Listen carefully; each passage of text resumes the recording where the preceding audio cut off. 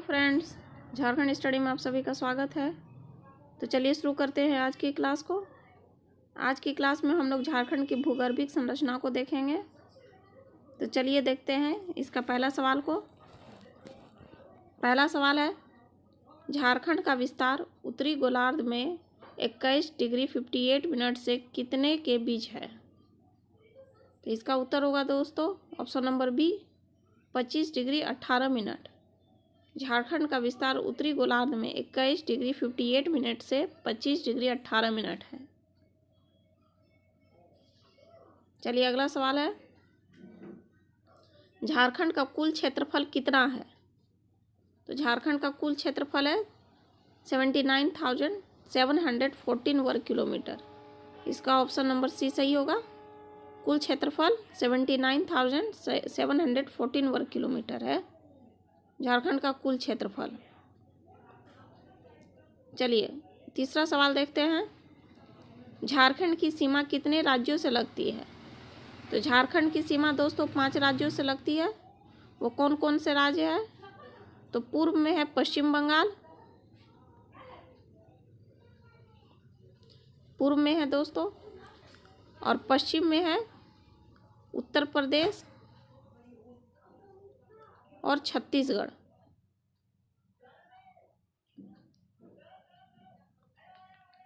उत्तर में है दोस्तों बिहार और दक्षिण में है ओडिशा। इन 5 राज्यों से झारखंड की सीमा साझा होती है। अगला सवाल है, झारखंड का दक्षिणी भाग किस राज्य से लगता है? तो दोस्तों झारखंड का जो दक्षिणी भाग है वह उड़ीसा राज्य से लगता है। इसका ऑप्शन सी सही होगा उत्तर। अगला सवाल है, कब सरायकेला खरसावां को अविभाजित झारखंड में शामिल किया गया था? तो सरायकेला खरसावां को झारखंड में कब शामिल किया गया था? तो 1948 में झारखंड को सरायकेला खरसावां में से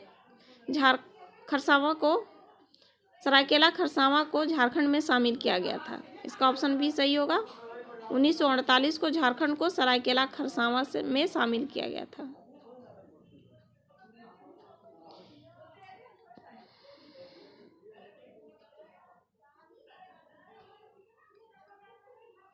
अगला सवाल है, अविभाजित बिहार का कुल क्षेत्रफल कितना था? आपको बताना है कि जब बिहार का विभाजन नहीं हुआ था झारखंड के रूप में, तो बिहार का कुल क्षेत्रफल कितना था? तो यह था दोस्तों 1,74,038 वर्ग किलोमीटर। इसका ऑप्शन ए सही होगा। 1,74,038 वर्ग किलोमीटर बिहार का कुल क्षेत्रफल था। इसी से काटकर झारखंड को बनाया गया। अगला सवाल है, निम्नलिखित में से कौन सी झारखंड के प्रमुख भौगोलिक विशेषता नहीं है? तो इसमें कौन सी भौगोलिक विशेषता नहीं है ये बताना है। इस भूभाग की भूगर्भिक संरचना जटिल है। ये सही है दोस्तों।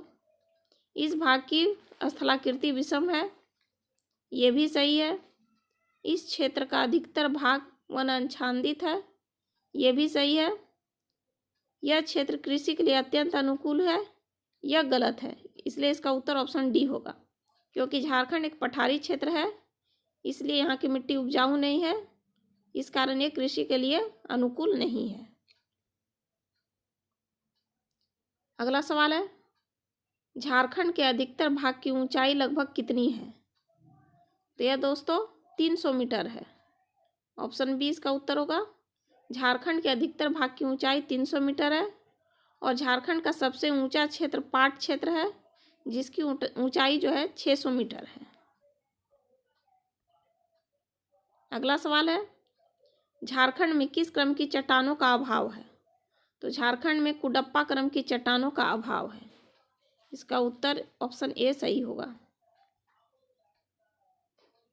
अगला सवाल है, झारखंड क्षेत्र के आधार का निर्माण किस युग की प्राचीनतम शैलों अथवा चट्टानों से हुआ है?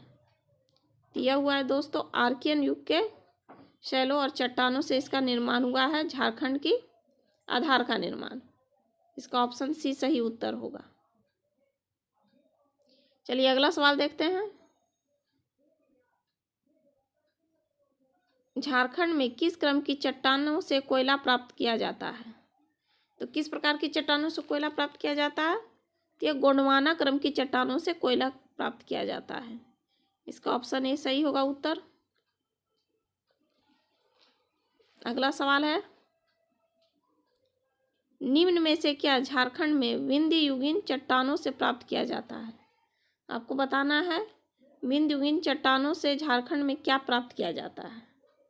तो यह है दोस्तों चूना पत्थर। विंध्य युगीन चट्टानों से झारखंड में चूना पत्थर प्राप्त किया जाता है।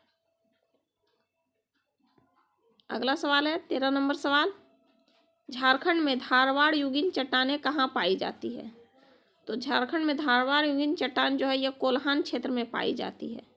इसका ऑप्शन नंबर ए सही उत्तर होगा। चलिए अगला सवाल देखते हैं। धारवाड़ चट्टानों में निम्न में से क्या प्राप्त नहीं हो सकता है? आपको बताना है धारवाड़ की चट्टानों में से इनमें से क्या प्राप्त नहीं किया जाता है। तो यह है दोस्तों बलुआ पत्थर, लोहा, काइनाइट, चीनी मिट्टी, ये सभी धारवाड़ क्रम की चट्टानों से प्राप्त किया जाता है। बलुआ पत्थर का प्राप्त इससे नहीं होता है।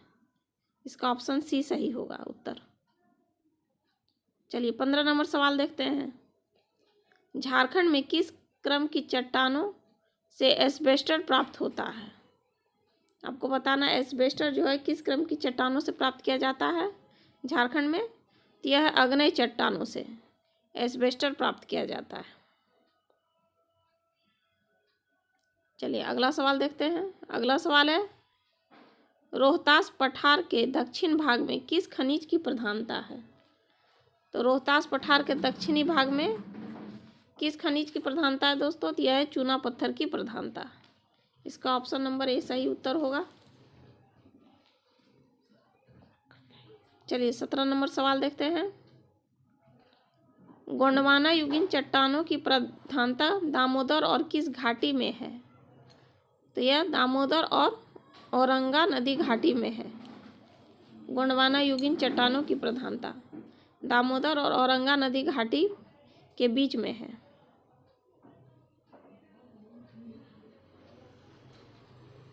चलिए अगला सवाल है,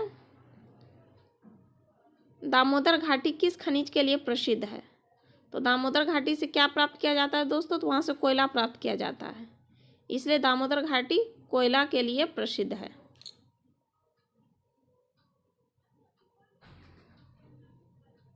अगला सवाल है, छोटा नागपुर पठार के किस भाग की उच्च भूमि को पाट क्षेत्र कहा जाता है?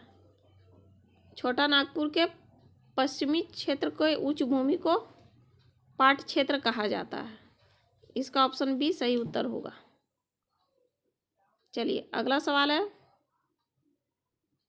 झारखंड में कुडप्पा क्रम की चट्टानों का ना पाया जाना यह सिद्ध करता है कि यह क्षेत्र हमेशा समुद्र तल से क्या है? यह क्षेत्र हमेशा समुद्र तल से ऊपर है, इसीलिए कुडप्पा क्रम की चट्टान यहाँ नहीं पाई जाती है। चलिए अगला सवाल देखते हैं दोस्तों। यह है, झारखंड में किसकी अपरदन क्रिया के फलस्वरूप बॉक्साइट का निक्षेप हुआ है? यह है लेटेराइट। इसका उत्तर होगा लेटेराइट के अपरदन के फलस्वरूप बॉक्साइट का निक्षेप हुआ है। इसका ऑप्शन ए सही उत्तर होगा। चलिए आगे देखते हैं। सवाल नंबर 22, झारखंड के उत्तरी और मध्यवर्ती तथा दक्षिण पूर्वी भागों में स्थित अवशिष्ट पहाड़ियाँ किस काल के पर्वत की है? तो यह है दोस्तों प्री कैम्ब्रियन युग के काल की। अगला सवाल है,